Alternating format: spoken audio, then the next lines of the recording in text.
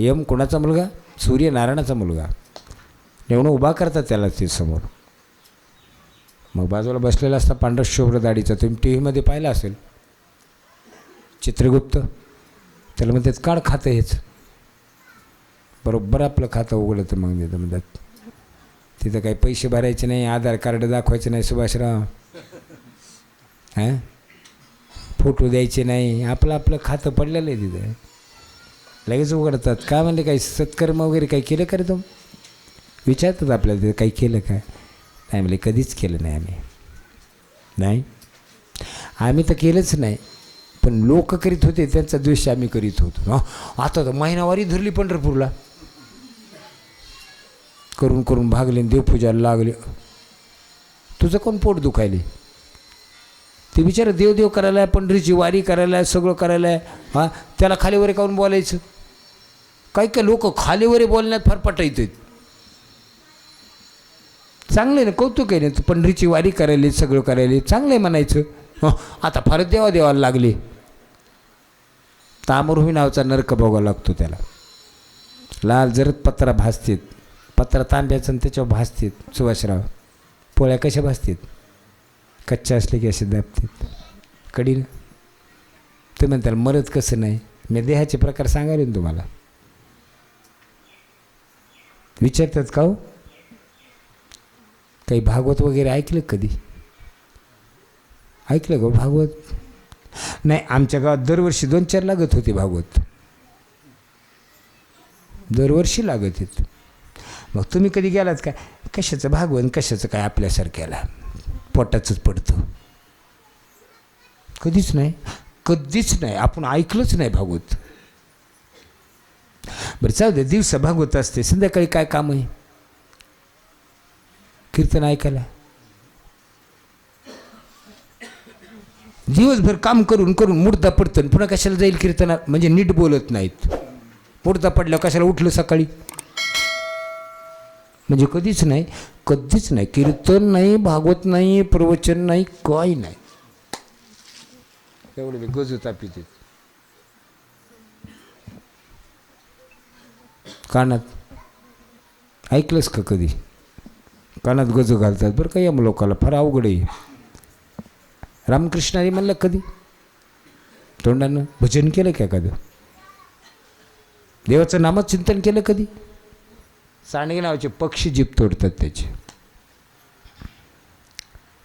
फार मोठा अवघड आहे बरं का यम लोकांचं. तुम्ही चोरी करत असतील एखाद्या व्यक्ती तर कुंभीपाक नावाचा नरक त्याला भोगावा लागतो. फळं चोरले, कोणाची लिंबच खिशात टाकले, कैऱ्याच खिशात टाकल्या, चालतात चिंचात टाकल्या, हे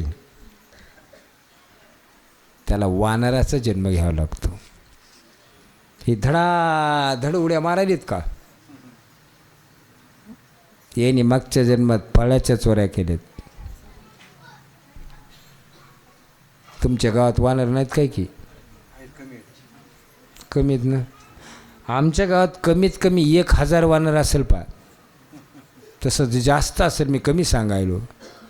आमच्या गावातले पत्र ठेवले नाही, द्रोणच केलेत. बाई भाकरी करताना सरळ उडी मारते, उभी केलेली भाकर असतील ती भाजायला, एक तव्याने एक उभी आल्लाद उचलून घेतं. बाई निस्ती पाहती. आमच्या पुरीला विचारा, आहे का नाही? काय करीत नाहीत बाया, निस्ते पाहत्यात. असे वानर आहेत. कापसाचे बोंड एक ठेवीत नाहीत. गावखरचे मळे खलास. समजा त्यांनी मागच्या जन्मात चोऱ्या केल्यात फळाच्या, म्हणून या जन्मात वानराचा जन्म आला.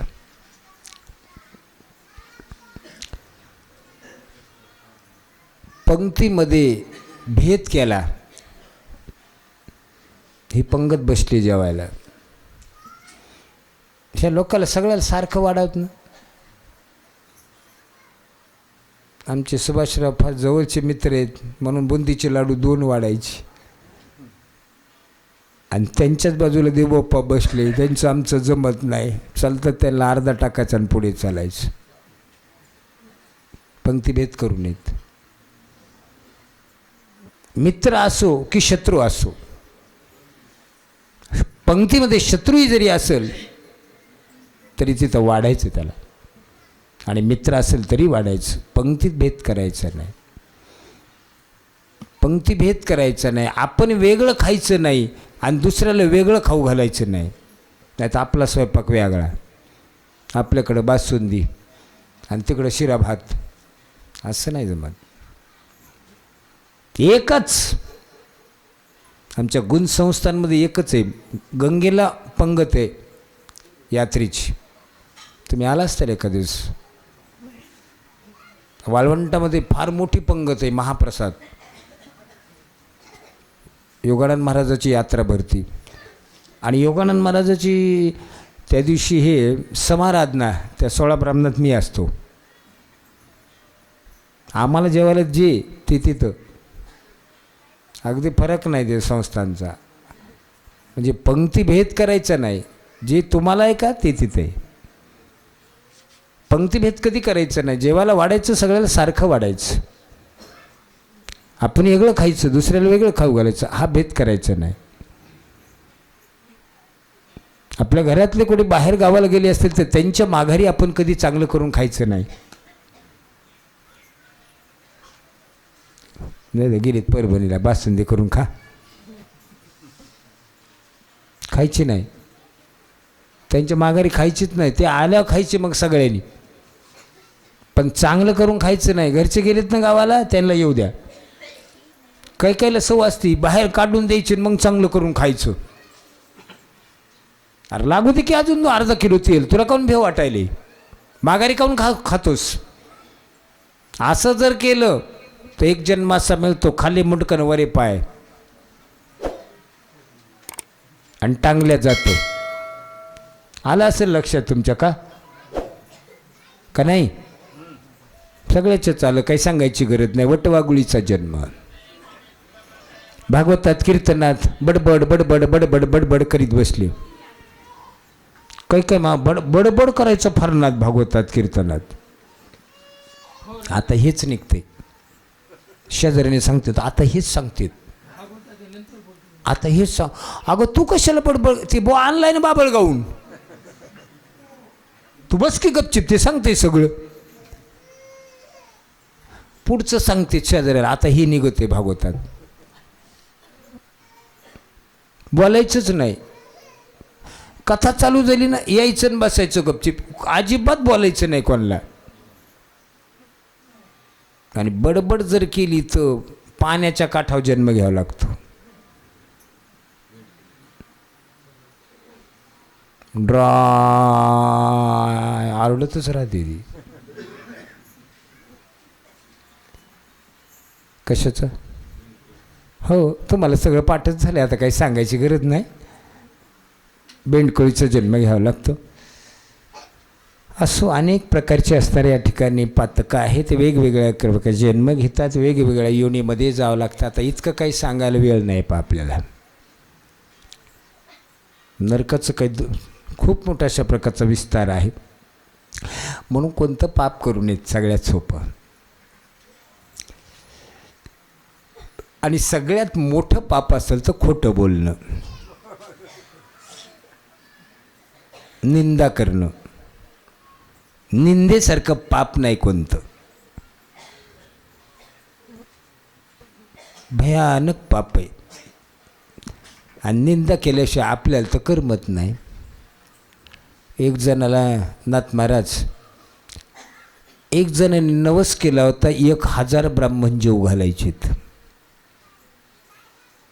पण जेवण कशाचं द्यायचं? पायसाचं. आता नवस केला, नवस फेडायचा, 1000 ब्राह्मण जेव घालायचेत. एवढं दूध भेटते तुमच्या गावात? मग कुठून आणावं लागेल ना.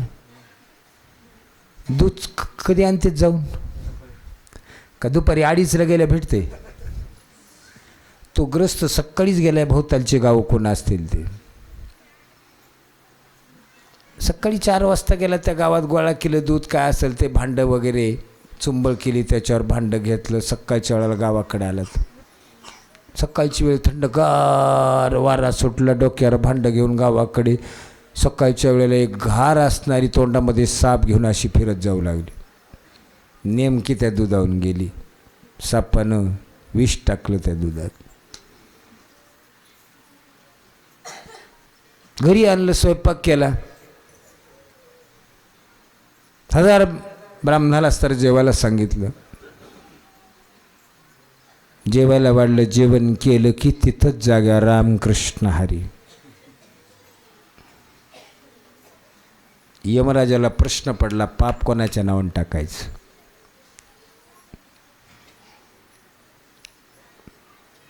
जीव घालणाराचा दोष आहे का? दूध काढणाराचा दोष आहे का? दूध देणाराचा दोष आहे का? दूध आणणाराचा दोष आहे का? घारीचा दोष आहे का? नाही. सापाचा दोष आहे का? हा, सापाचा दोष नाही, स्वभाव आहे त्याचा. विष टाकणं स्वभाव आहे. काही प्राण्याचा स्वभाव असतो. सापाचा स्वभाव विष टाकणं, पालीचा स्वभाव विष टाकणं, विंचाचा स्वभाव विष टाकणं, बरं का. म्हणून घरामध्ये काही स्त्रियानं काही वस्तूची काळजी घेत जावत. दूध उघडं ठेवायचं नाही, दुधाला झाकून टाकायचं. कारण घरामध्ये पाली असतात आणि पाल शक्यतो पांढऱ्या वस्तूवर गरळी टाकत असते. दूध आहे, पीठ आहे की नाही, पांढरी वस्तू आहे ना, शक्यतो त्याच्यावरती गरळ टाकते. म्हणून घरामध्ये दूध आलं की झाकून ठेवायचं. स्वभाव आहे त्याचा. म्हणजे सापाचा दोष नाही, स्वयंपाक करणाराचा दोष नाही, जेवायला वाढणाराचा दोष नाही, जेवणाराचा दोष नाही. लिहायचं कोणाच्या नावावर? पाप कोणाच्या नावानं टाकता येत नसते, लक्षात ठेवा. पैसे कोणाच्या नावानं टाकता येतात. माझे तुम्ही किती टाकले तर मी नाही म्हणत नाही. देऊ का खाते नंबर? पैसे टाकता येते ते कोणाच्या खात्यावर, पण पाप कोणाच्या खात्यावर टाकता येत नाही. पाप ज्याची त्याच्याच खात्यावर राहतं. यमाला प्रश्न पडला, पाप कोणाच्या नावावर टाकायचं? मग यमराजाने आपल्या यमदूतांना सांगितलं, तुम्ही गुप्त रूपात जा मृत्यूलोकात आणि याचा शोध करा, कोणाच्या नावावर टाकायचं ते. गुप्त रूपात आली ती. गावात प्रवेश केला त्यांनी. आता गावामध्ये प्रवेश केल्यानंतर गावामध्ये काय चाललंय हे कुठं कळते? काही काही ठिकाणं असतात गावात, तिथं गेलं की सगळं कळते गावात, का नाही? कुठं वटे? हो, काही काही ठिकाणी वटे असतात, तिथं गेलं की सगळं कळतं. बरं, अजून दुसरं ठिकाण? न्हाव्याच्या दुकानात कळते सगळं.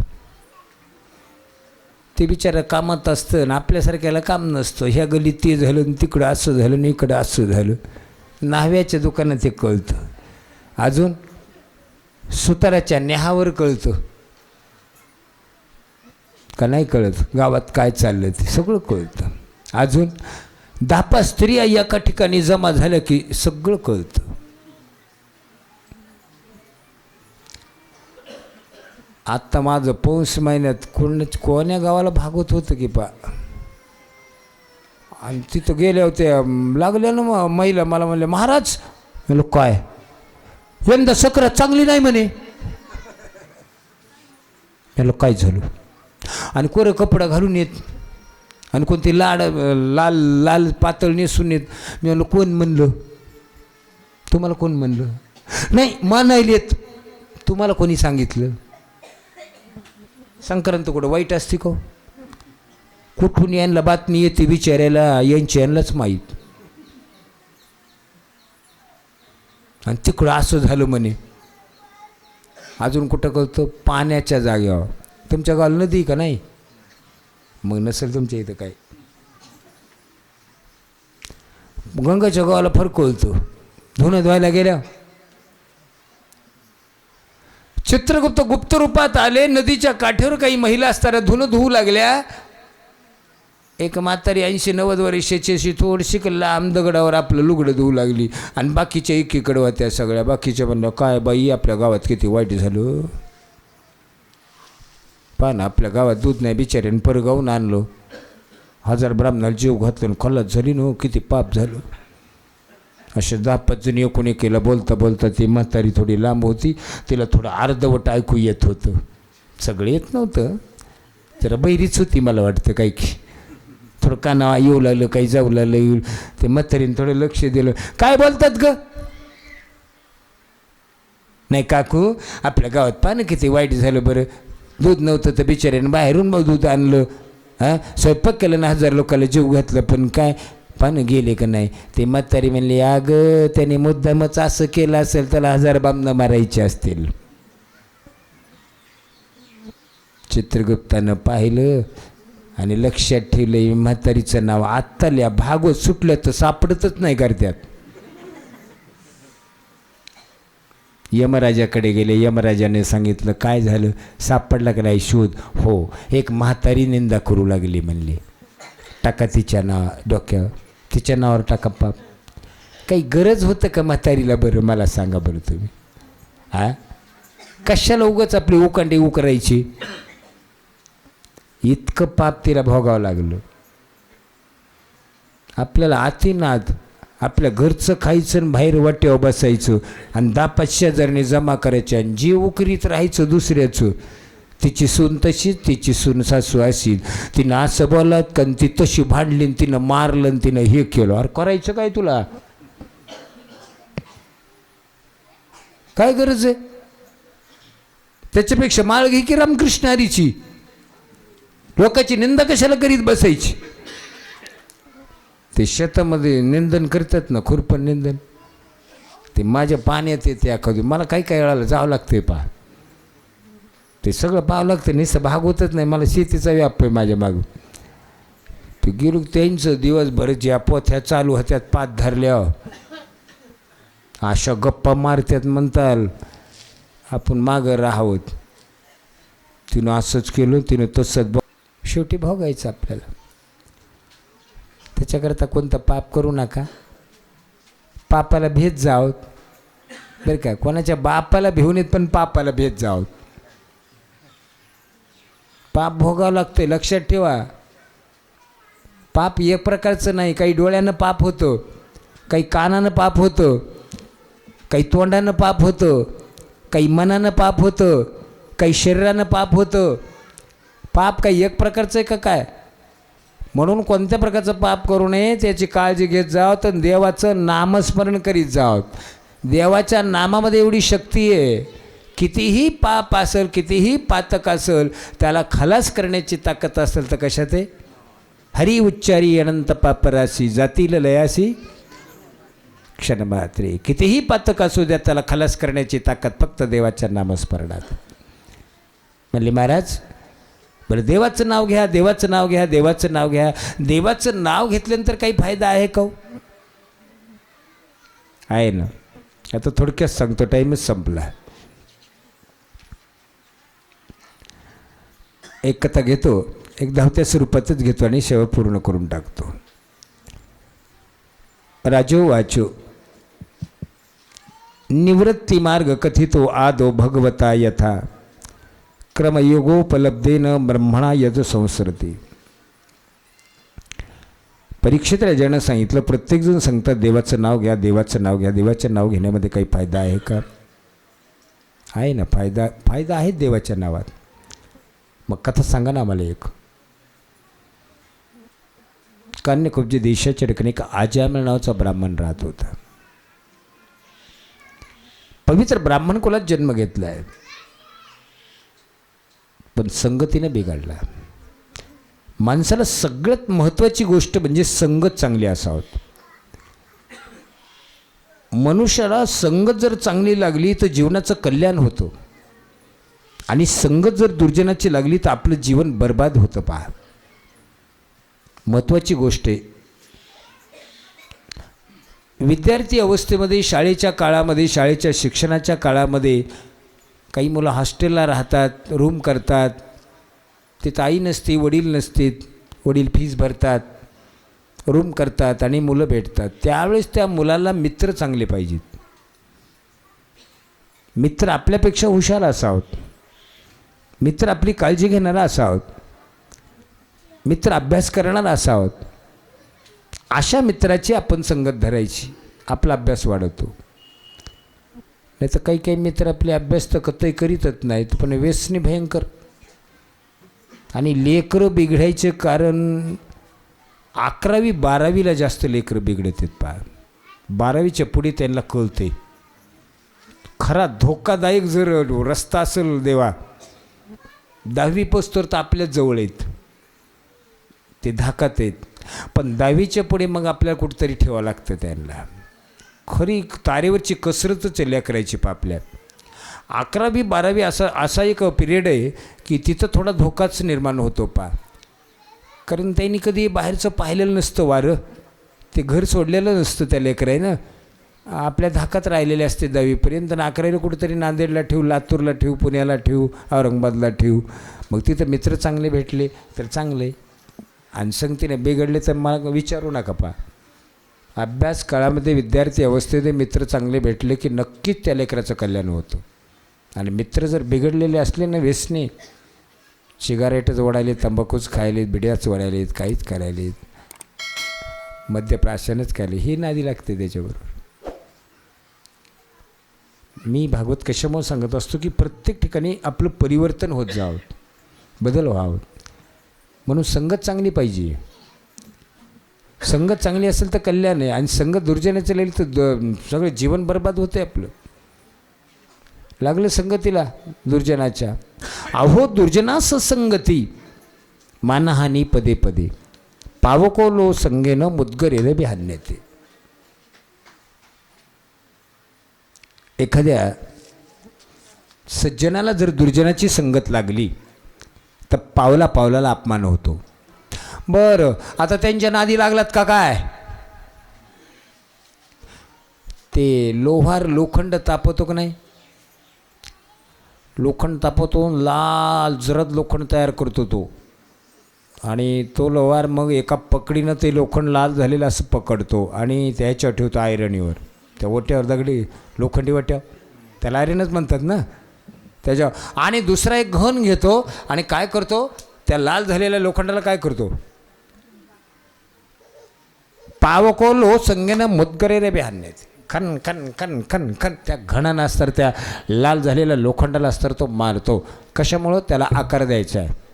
एखादी कुऱ्हाड असेल, पास असेल, काही वेळा असेल, त्याला आकार देण्याकरता ह्या घणाला काय करावं लागेल, काय करावं लागेल, मार खावं लागेल. तसं सज्जन व्यक्ती दुर्जनाच्या संगतीला लागलं की दुर्जनाच्या संगतीमुळे सज्जनाला मार खावा लागतो. म्हणून संगत चांगली असावं.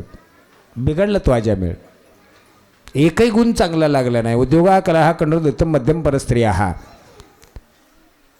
खोटं बोलणं, चोरी करणं, मद्यप्राशन करणं, अभक्षभक्षण करणं, सुरापाना परस्त्री संग करणं, नाही ते वाईट गुण लागले त्याला. आणि पाहता पाहता पाहता अजामेळाची शेवटची वेळ आली, आहे की नाही. अजामेळ घर एवढं मोठं असताना आयुष्य 60 वर्षाचं गेलं, लेकरं बाळ झालं. नारदजी ते नारायण, नारदजी आले, पाहिले अजामेळा, नमस्कार केला. काय चाललं अजामेळा? म्हणले बरं आहे. पश्चाताप व्हायला पाहिजे हो माणसाला. गीतेत सांगितले पश्चातापेनं शुद्धता. आपल्याला पश्चातापच होत नाही हो. आपण जर देवाच्या समोर हात जोडले, देवा जे करू नये ते वाईट कामं केले, आता इथून पुढे करणार नाही. भगवान म्हणतो जाऊ दे, ये इकडं, आता जे झाले ते झालं, आता देव उदार आहे बरं का, जाऊ दे म्हणतं, मागचं गेलेत गेलं, आता इथून पुढे चांगलं वाग. पण आपण हातच जोडीत नाहीत. पण आज आम्हाला पश्चाताप झाला. महाराज प्रत्येकजण सांगत होतं चांगलं वागा, चांगलं वागा, चांगलं वागा, पण मी ऐकलं नाही कोणाचं. आणि पाहता पाहता 60 वर्ष झाली माझ्या वयाला. हां, हे लेकरं दिसून आले. नारदाने विचारलं कोणाचे? म्हणले आपलेच. इतके सगळ्यात लहान लेकरू असताना मांडीवर होतं. नारदाने विचारले हे कोणाचं? म्हणले आपलंच. याचं नाव काय ठेवलं? म्हणजे अजून नावच ठेवलं नाही आज. आता जाऊ द्या, बरं झालं तुम्ही चालत. असं करा, तुमच्या हातानंच ह्याचं नाव ठेवा. नारदाने विचार केलाय, वाया गेलाय का हो? संगतीनं वाया गेलाय, निदान नामानं तरला तर तरला.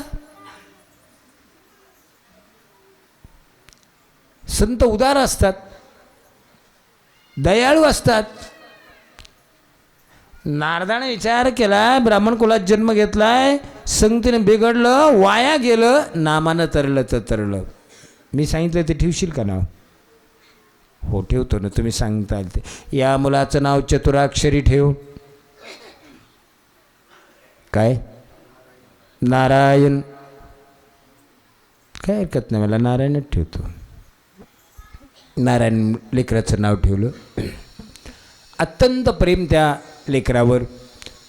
सगळ्यात लहान होतं ना, मला वाटतं लहान लेकरावर जास्त प्रेम असतं काय की मोठ्यापेक्षा? का कसं आहे? थोडं लहानवर जास्तच लक्ष असतं काय की? होय सुभाषराव? मोठ्या जास्त का लहान्या? मोठ्या. असं करीत जाऊ नका, भांडणं करतील. असं म्हणू नका. तुम्ही तर भागवतातच म्हणाले. ते त्या मोबाईलमध्ये टी व्हीवर आलं आहे, पोरगा आत्ता भांडेल तुम्हाला. लेकराव प्रेम सारखा असावं. अंतकालाची वेळ आली, प्राण कासावीस व्हायला आहे. आता काही वेळात प्राण जातो. डोळे गरगर गरगर गरगर फिरले, सगळीकडे पाहिलं. माझे सगळे दिसतात, पण कोण दिसत नाही? माझा नारायण दिसत नाही, बाकी सगळे दिसतात. इकडं प्राण चालला. प्राण, आपला प्राण जातो, आपल्याला कळते का बरं? आपलं मरण आपल्याला कळते की नाही? नाही कळते आपलं मरण आपल्याला. तुम्हाला सांगू का? अशी दोन्ही बोट असे कानात घालायची, असे घट्ट दाबायची. काय होते? मी आवाज येते का? का नाही येत? येते ना. समजा हे आवाज नाही आला असं समजायचं आपण 1 महिन्यात जाणार आहेत. दुसरं लक्षण, आपल्या डोळ्यानं आपल्या डोळ्याच्या भोवया जर नाही दिसल्या असं समजायचं 7 दिवसात दिंडी निघणार आहे.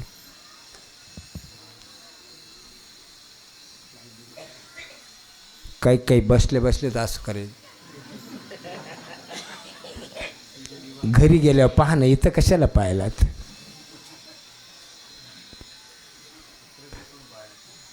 हो ना, बरेच जण असं करायला. घरी गेल्यावर रात्रभर करा, कोणी म्हणत नाही तुम्हाला. तिसरं लक्षण सांगतो. आपल्या डोळ्यानं आपल्या नाकाचा शेंटा जर नाही दिसला तर असं समजायचं 1 तासात आपली दिंडी गावाच्या बाहेर निघणार आहे. का महाराज?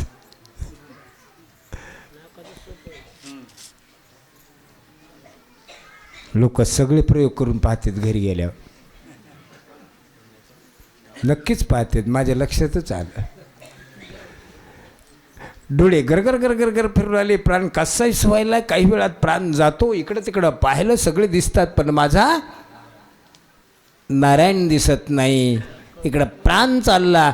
आठवण मुलाची झाली, अरे नारायणा, अरे नारायणा, अरे नारायणा. एका चौकात फाट्या विष्णुदूत आणि यमदूत आलेले आहेत. विष्णुदूतांना यमदूतांना विचारलं, तुम्ही इकडं कसं काय? इकडं कसं काय? आमच्या मालकानं आम्हाला पाठविले, जा एकांड कब्जे देशाच्या ठिकाणी एक अजामिळ नावाचा ब्राह्मण अत्यंत पाप करणार आहे. आणि पाप करणारे आसामी कोणाची? यमराजाची. मग मालकाने आम्हाला पाठवलं. यमदूत सांगतात, विष्णुदूतानं सांगितलं आम्हालाही देवानं पाठवलं या नगरात एक पुण्यवान माणूस आहे, आपली आसामी घेऊन या. मग एक पाप करणार एक पुण्य करणार आहे का? एका गावात एका नावाची दोन माणसं आहेत का? आहेत का? असतात ना काही काही गावात एका नावाची दोन माणसं असल्यावर नाथ महाराज असं गोंधळ व्हायला आहे. आमच्या गावातही पा 2-4 माणसं एका नावाची, त्यांचं नाव त्यांच्या वडिलाचं नाव आणि आडनाव एकच. आहेत का तुमच्या गावात? गोंधळ होते का नाही? कशाचा? विम्याचे पैसे आले, दुष्काळाचे पैसे आले, शासनाचे जास्त आली की ते म्हणते माझी येते, बघ माझं नाव याच्यात. का तुमच्या इथं होत नाही असा गोंधळ? आमच्या इथं तर नेहमी होते पा 2-4 माणसं आहेत एका नावाची. मग तसं काही आहे का? एक पुण्य करणारा एक पाप करणारा. विष्णुदूतानं यमदूतांना सांगितलं एकच व्यक्ती आहे, अजामिळ एकच व्यक्ती आहे. त्यांनी आयुष्यभर पाप केले. आयुष्यभर काय केलं? पाप केलं. पण शेवटच्या क्षणाला त्यांनी 3 वेळेस नारायणाचा उच्चार केला. तुम्ही तुमच्या मालकाला जाऊन विचारा आसामी कोणाची. अंतकाले च मामेव. शेवटच्या क्षणाला त्यांनी 3 वेळेस नारायणाचा उच्चार केला. यमदूत गेले. यमराजाने पाहिलं, कशी काय वापस आलात? आसामी आणली का आपली? असं तिथं विष्णुदूत आलेत म्हणले आणि ते म्हणतात आसामी आमची. अरे यमराजा म्हणला आपली ना ती आसामी, पाप केले त्याने आयुष्यभर. यमदूत म्हणले महाराज अहो आयुष्यभर त्यांनी पाप केलं हे खरे, पण शेवटची एंट्री पाहिली नाही. काय? आयुष्यभर पाप केलं पण शेवटी त्यांनी 3 वेळेस नारायणाचा उच्चार केलाय. यमराजानं सांगितलं सोडून द्या, आपली आसामी नाही. अजामेळा पापराशी नामे नेला वैकुंठाशी. एवढा पाप करणारा अजामेळ अत्यंत पाप हातातून घडलं तरी पण त्याचा उद्धार झाला. कशामुळं झाला? नामस्मरणानं. म्हणून सगळ्यामध्ये नामस्मरण हे अत्यंत श्रेष्ठ अशा प्रकारचं आहे. नित्य अशा प्रकारचं नामस्मरण घेत जावं. देवाच्या नामात खूप मोठी शक्ती बरं का. म्हणून एखादा नित्य नेम पाहिजे, काहीतरी नित्य नेम तो प्राणी दुर्लभ. लक्ष्मी वल्लभ तया जवळी. माणसाचा काहीतरी नेम पाहिजे, एखाद्या नित्य नेम लागत असतो काहीतरी. एक दुकानदार होता, मोठा व्यापार होता बिचाऱ्याचा. नोकर 4-5 हाताखाले, मोठा होलसेल दुकान. तो मालक दुकानावर सकाळी 6 वाजल्यापासून बसायचा. सारखं गिऱ्हाईक यायचं. आपल्यासारखा एखादा साधू एखादा महाराज तिथं गेला, दररोज दुकानात गप्पा मारायला जात होता. तो म्हणला, महाराज मालक काय व्यापार चालतो तुमचा? म्हणलं हां फारच चालतो. म्हणलं दुकानच तसं आहे माझं होलसेल. तो मला एखादं काही नियम धरीत जावत. देवदेव काही करतात का नाही? तो म्हणलं तुम्हाला माहिती आहे देवदेव, मला वेळ आहे का बरं? सकाळी उठलं की 6ला येतो, रात्री 10-11 वाजतात मला घरी जायला. हे गिऱ्हाईक चालूच आहे. एक जणाला द्यायला येतो, मला नाही हो काहीतरी देवदेव करायला पाहिजे, आपल्या फायद्यात आहे. तुम्हाला काय करात कधी वेळ मिळतो, तुम्हाला स्नान करायला वेळ मिळतो, तुम्ही स्नान करतात का दररोज सकाळी उठले? मला हो, काही नाही, त्यावेळेस फक्त हरिपाठ म्हणत जा तुम्ही. हरिपाठ, हां, डोक्यावर तांब्या घेऊन कपडे घालून गंध लावूस तर होत असेल मला वाटतं का हो. त्या ग्रस्तानी दुकानात येऊन दररोज त्याला त्या दुकानदाराला हरिपाठ शिकवला नाथ महाराज. ते म्हणलं काहीही करू नका तुम्ही, तुमचा उद्योग करा, फक्त डोक्यावर तांब्या घेतल्यापासून कपडे घालून गंध लावूस तर तुम्ही फक्त हरिपाठ म्हणत जा आणि तुम्ही तुमचं दुकान चालवा. एवढा नियम चालवा. लागली त्याला सवय. डोक्यावर तांब्या घेतल्यापासून स्नान करणं, कपडे बदलणं, आहे का नाही, गंध लावणं वगैरे तोपर्यंत संपत होता. किती 28 अभंग आहेत ना वाटतं. असं करता करता त्याला नित्य सवय लागली. असं करत करत तो दुकानदार म्हातारा झाला. शेवटची वेळ आली. गर गर गर गर डोळे फिरायलेत, प्राण कासावीस व्हायला. सगळी मुलं बाळं पाहुणे रावणे जमा झालेत. दारात गर्दा झाला. जाते म्हणले 5 मिनटात जाते. आता ते पोरं त्या म्हाताऱ्याला म्हणाले राम म्हणा, रामकृष्ण म्हणा, रामकृष्ण हरी म्हणा. ते म्हणतं साखर काय भाव चालली? तेलाचा भाव उतरला का वाढला? साबुदाणा काय भाव आहे? अरे त्याला म्हणले राम म्हण की आता. ते रामच म्हणीन, कारण आयुष्यभर व्यापार केलाय. पोरं परेशान झाले. त्यांना वाटते आपल्या वडिलांनी एकदा तरी राम मनात प्राण जाताना. पण ते दुकानदार काही राम म्हणायला तयार नाही. असा गर्दा दारापुढे ज्यांनी हरिपाठ शिकला ते असं जाऊ लागला समोर. ते मला कायच गर्दा होती तर म्हणे ते दुकानदारीनं जाते म्हणले आता 5-10 मिनटात. काय परेशान व्हायले ते लेकरं म्हणले पोरं त्याची. ते रामच म्हणीन आणि पोराला वाटते राम म्हणावं.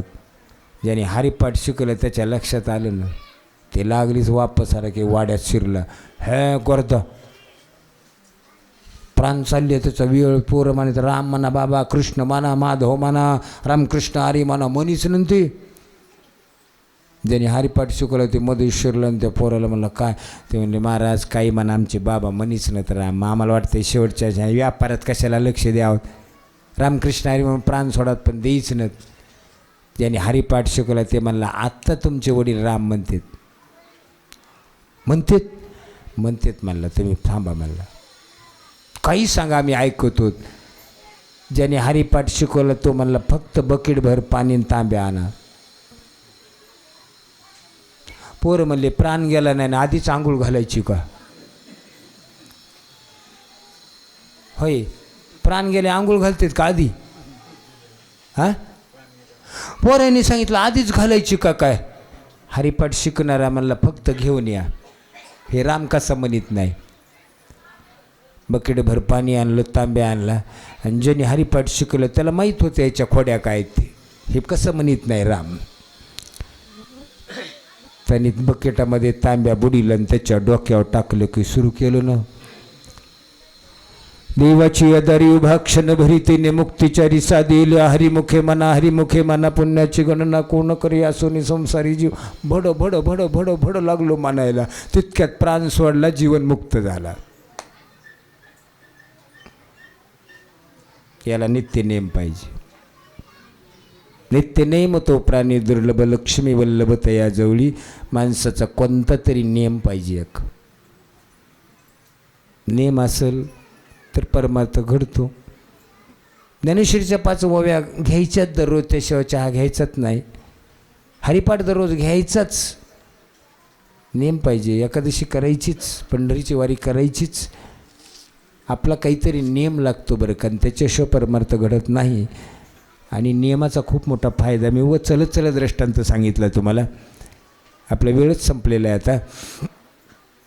असो, याप्रमाणे असताना नामस्मरण करत जा, पातकाला भीत जावत आणि नामचिंतन करत जावं. चला आता उद्याच्याला आपल्याला अयोध्येला जायचे आणि अयोध्या करून गोकुळात जायचे. उद्या कृष्ण जन्म आहे. मग प्रसादाकरता उद्या सुंठ वडा घेऊन यायचा.